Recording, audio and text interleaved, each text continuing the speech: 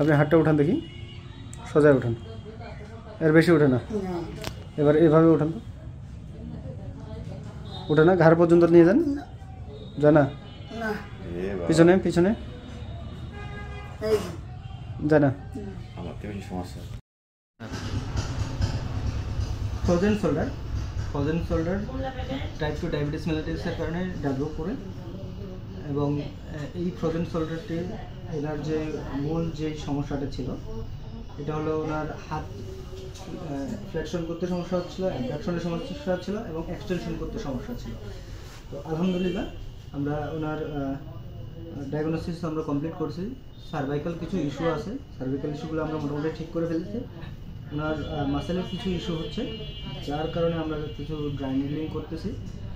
Dry নিডলিংয়ে আমরা ওনার আপার টিপিজেটটাকে একটু dry needle করতেছি। আপার টিপিজেটে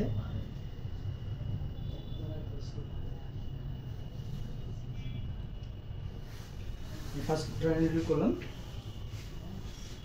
আমরা একটু স্টিমুলেট দিয়ে দিচ্ছি।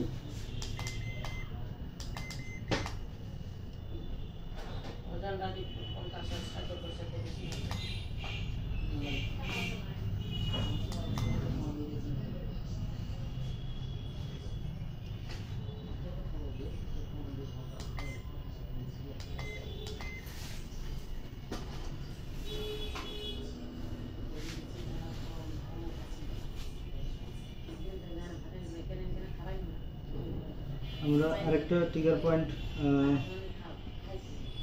খুঁজে দেখতেছি কোথাও আছে কিনা।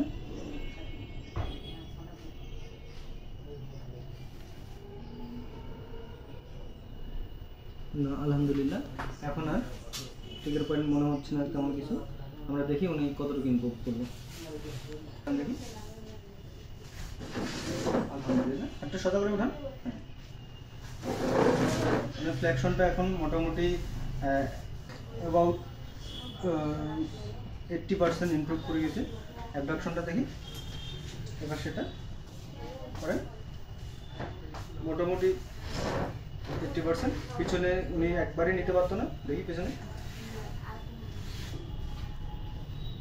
আলহামদুলিল্লাহ উনি পিছনেও নিয়ে আসতে পারতেছে, এক্সটেনশনটাও মোটামুটি চলে আসছে। তো এটা মূলত ড্রাই নিডল বা একুপ্রেশার বা একুপাঞ্চারটা খুব দ্রুত সময় জাদুর মতো কাজ করে। ইনশাল্লাহ ওনার কাছে একটু শুনি কী অবস্থা। আপনার ব্যথাটা একটু বলেন তো কী অবস্থা? ব্যথাটা আল্লাহ দিলে অনেক সুস্থ।